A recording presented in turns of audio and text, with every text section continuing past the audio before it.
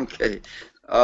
This is Alan Botens here on our transition team weekly hangout with Lou Lacroix in Montreal, Renato Orozco in uh, Belo Horizonte, Brazil, and Edian Portelance in Montreal. Well, he's in Dorval, Montreal.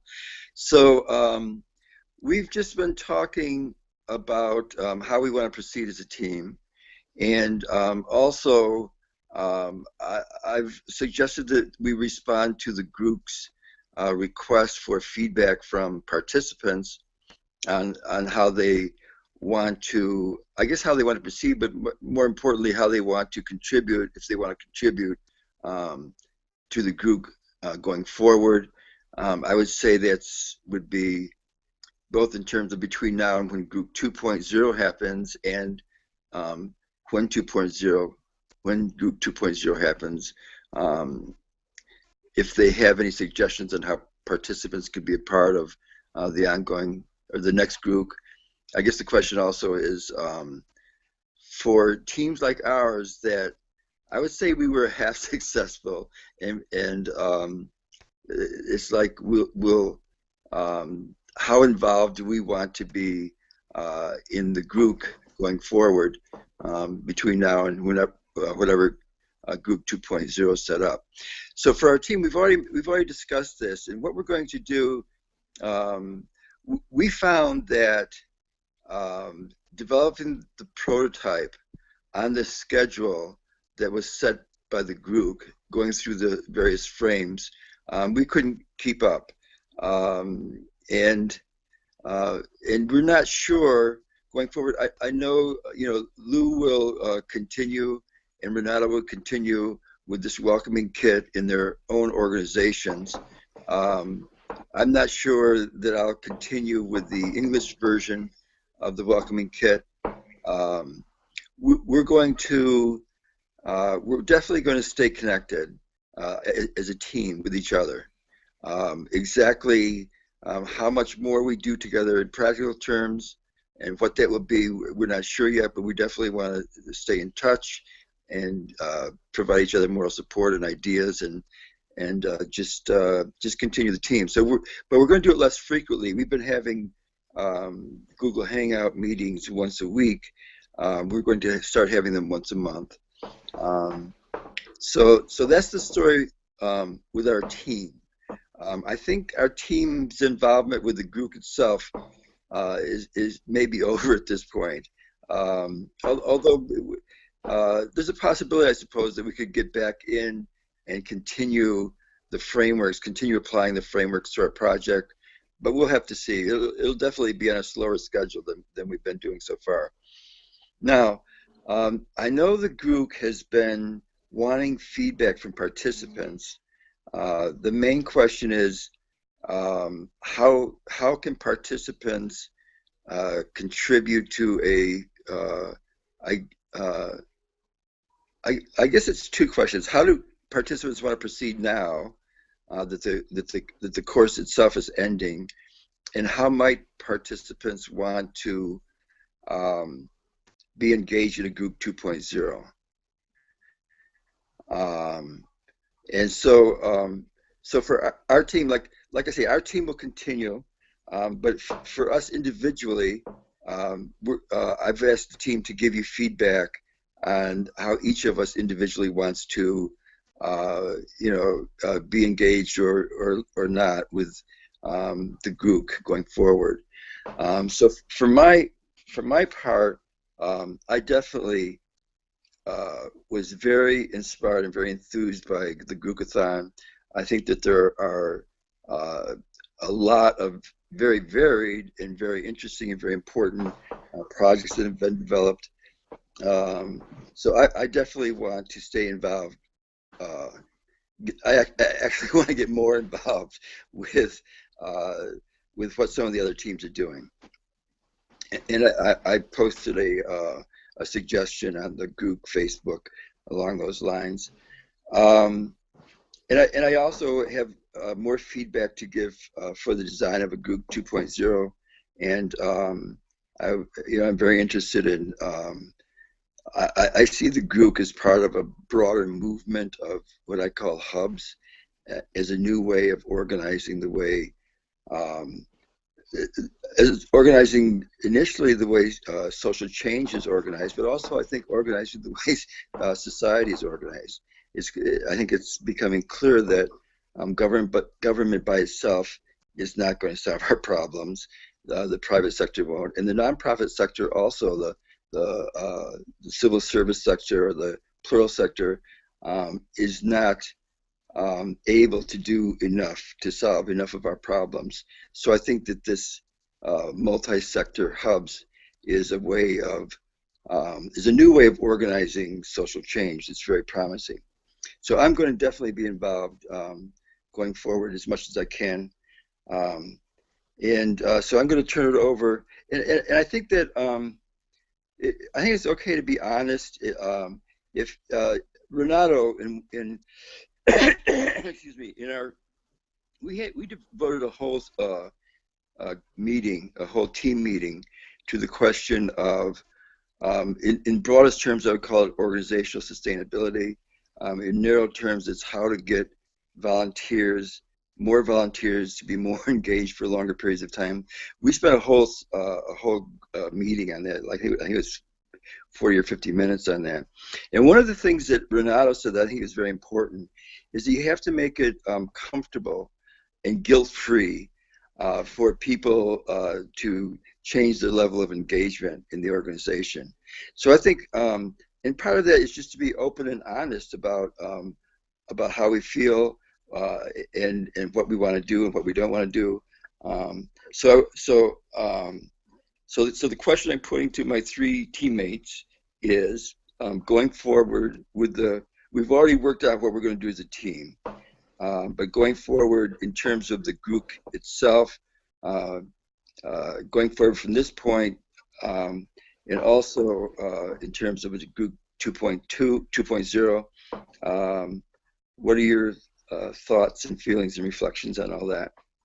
Renato's sound is not good, so maybe we should start with Lou, and then or maybe we should start with Eddie on, because he's got kids to take care of. He might not be able to stay with us. So let's start with Eddie on Port-Lance in Dorval, Montreal, and then we can go to Lou and then Renato, and hope that Renato can get his sound back. We're getting a reverb by somebody. If I'm quiet, maybe if Eddie on talks, it'll be okay.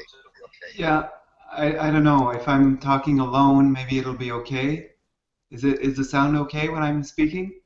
Yeah, okay. No, I was really interested by that discussion on how to keep people engaged and how to well, keep a movement going. I I was very, very much interested in Villeray en transition and thinking about how to start a Dorval en transition with a Dorval toolshed and that sort of thing. So that's where my involvement sits. And well, right now, being myself in transition, I'm trying to reflect on, well, what am I doing and how to. I mean, I'm a very, very strong proponent of public transit and cycling to work, and I do most of my transportation by either of those two methods. Um, and well, with kids, it really builds the importance of this because I'm taking kids from other families and going downtown by bus and having a great time because the kids aren't used to going downtown by bus from Dorval, even though it's only 20 minutes. And as far as I see the real importance of organizing and trying to find, well, the right fit for the right people at the right place at the right time, and that's a really, really big difficulty. I've tried to be involved in the federal elections a little bit. We had a great member of parliament here in Dorval. She was just 30 years old when she was trying to get reelected, and we had a good bunch of volunteers around her a good, I mean, finances were okay, but we were so far from getting her reelected. It was just unbelievable. But I guess it's the situation, and we have to get closer to the people. And I think Renata was pretty true in lowering our expectations from volunteers, or making it easier for the volunteers to do just a little and to feel welcomed, and because that's what some of the people are looking for. All they're looking for is just a little home, a little place to feel welcome. So, well, that's what I'm reflecting on right now, and also thinking of, well, the not-for-profit that I was thinking about 2 years ago, which was called the Refuge, and which was sort of a place where people at the end of their lives can feel welcomed with their families. There's all sorts of places for maisons de soins palliatifs, but you know, if you want to take a week of vacation with the people that are at the end of their lives, well, what do you do? And so that's another idea that I have. And so it's not, I mean, the ideas, there's lots of them, but it's just hard to get them moving. And I think the important thing is to get the right people at the right place together. Good, good. So if but when GROOCx 2.0 comes out, right? Hopefully by then your situation will be more stable. That sounds like a great idea. Hospice for the whole family for periods of time. That sounds like a great project, and I bet you could find some other people to join you on that one. Yeah, I even know where it should be. There's an island with absolutely nothing on it right now. Wow. That's a 45-minute bus ride from Montreal and a 15-minute canoe trip. That sounds great. That sounds great. Lou. Yeah. Well, for sure, I will continue on with Villeray en Transition. We have a lot of projects, but okay, about the GROOCx, I just gave up on the content of the lessons maybe a month ago.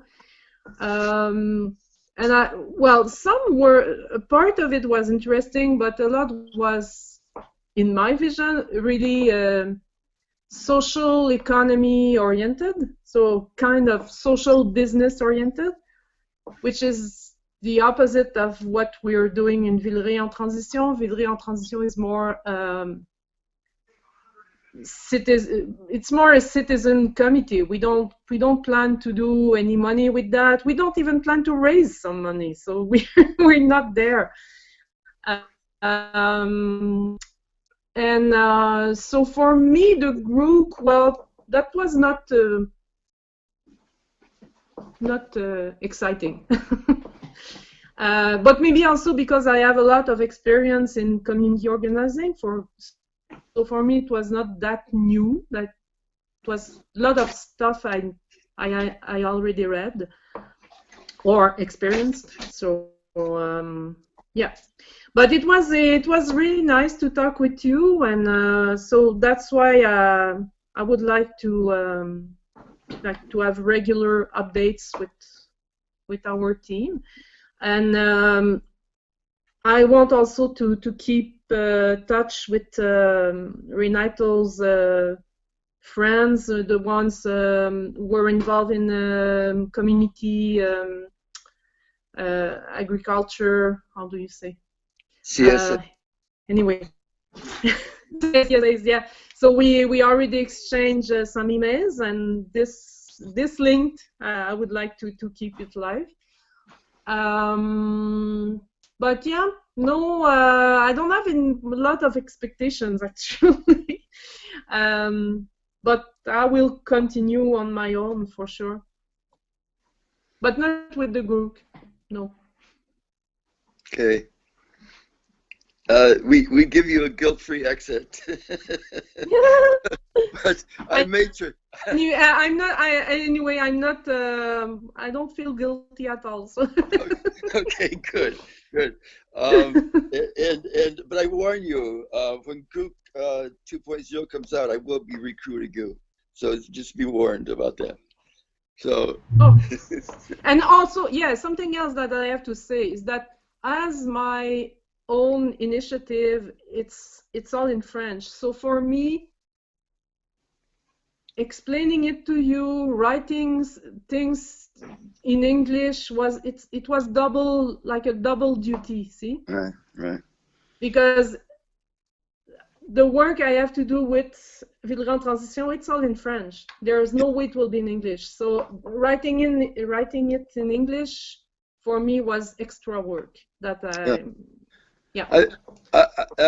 that might be a very good suggestion to the group, that some teams be formed in other languages, a French, and a Portuguese, and I'll bet you they could find facilitators that would cover at least half a dozen languages. That would take a lot. Well, yeah, in those people from McGill, a lot of are bilingual. Exactly. Yeah, exactly. In many different languages. So that sounds like a great idea. That sounds like a great idea. That would be a way to lower the barrier of inclusion. I think that to get more and more people involved, we have to lower more and more barriers to inclusion. Language is a major one of those, and I think that this idea of having teams in different languages with a facilitator in that language would be a great idea for GROOC 2.0. Yeah, I think this group was set up this way too. This group was set up this way. There was a sort of in the group thing that we could choose the language, we could choose the country, but I don't think it was much used. But then they're not necessarily used. I see. Maybe that has to be made more. Maybe people have to be made more aware that that's a possibility. So it looks like Sarav is trying to come on. Eddie, Renato, is Sarav trying to come on? I can try. How is my sound coming? It's still bad. Very loud. Oh, very low. Well, so I will make it extra short. I agree with Lou. You know, most about her consideration about being double work, produce the same things in English. I liked the content of the group, but it was not like something exceptional. But it was interesting to hear, especially the optional part. You know, all the links and the interviews. I enjoyed it. As for the project itself, I think it didn't look like to work together on something, on a prototype that was kind of hard. I think maybe it's not so reasonable for having all this way to this part. But I think what it worked really good was these meetings and to have kind of a group that can just exchange ideas and support each other. That was nice. And I think it could be, one model could be to have the first process of creating an idea together, a dream together, and fostering this group. And then after the group is done, the group continues by itself in a longer, because it takes longer than 2 months, for anything to get done. So it's essentially a marathon, not a sprint. Uh, and finally, also, I want to mention something about disengagement of people. I just read something on Medium. Oh, Etienne is saying goodbye. Okay, goodbye, Etienne. Bye, Eliane. Yes. But about the importance of saying Wait, no. Sarah was on there again for a little bit. He keeps on trying to come on, and then we're losing him. Is there any way? Do you see him when he comes on, Renato? Oh, I don't see him. I saw him two or three times. I saw him pop up and then disappear. Oh, really?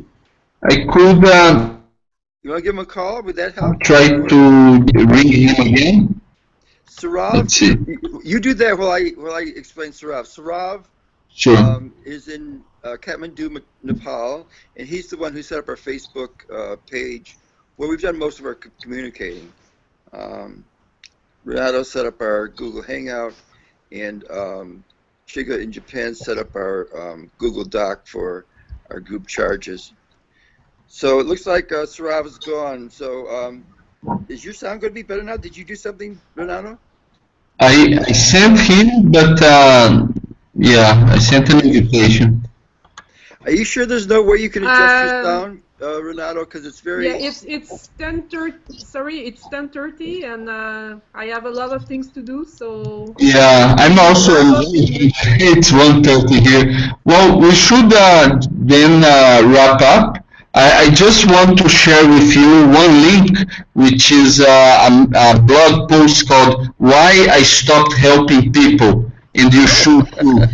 And it talks about saying no, and that's something that we discussed about, making it easy for people to disengage, and also having people being able to say, okay, I can't help, instead of saying, yes, I will help and not helping, which is really bad for the organizations.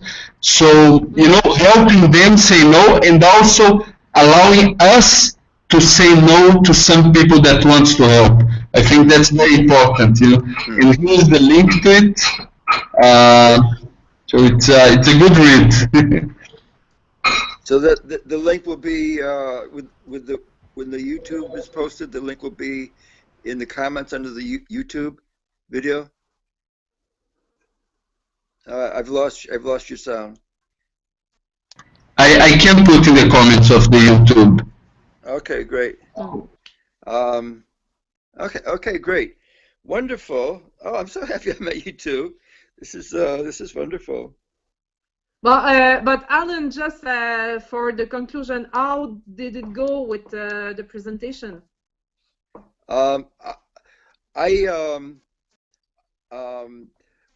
We were asked to keep it down to like 8 to 10 minutes, and if I had done it spontaneously, it would have taken much longer. So I just did you see what I wrote? The brief that I wrote?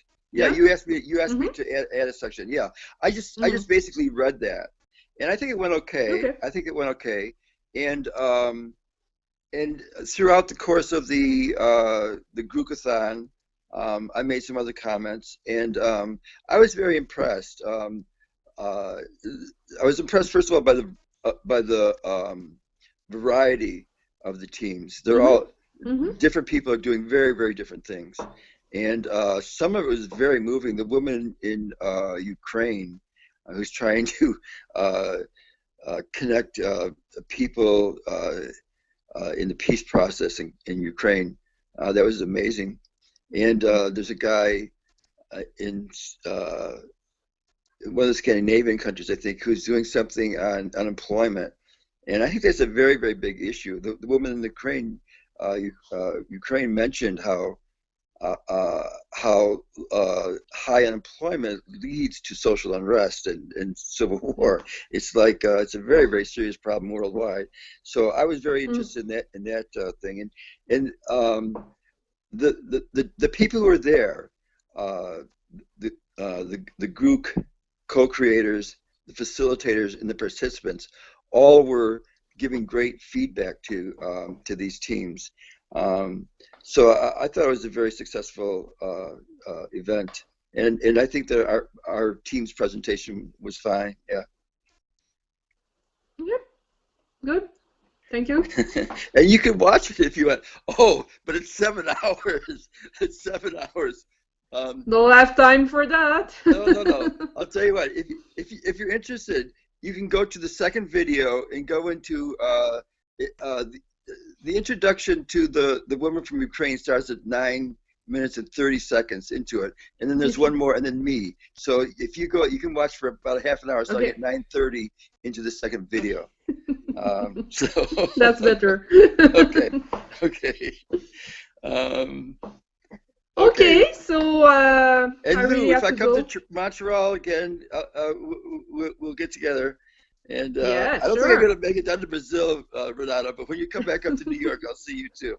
I would like to go to Brazil. Maybe Yeah, there I'll we should try. we should make a GROOCx meeting here, a transition team meeting here. You know, let's work on that.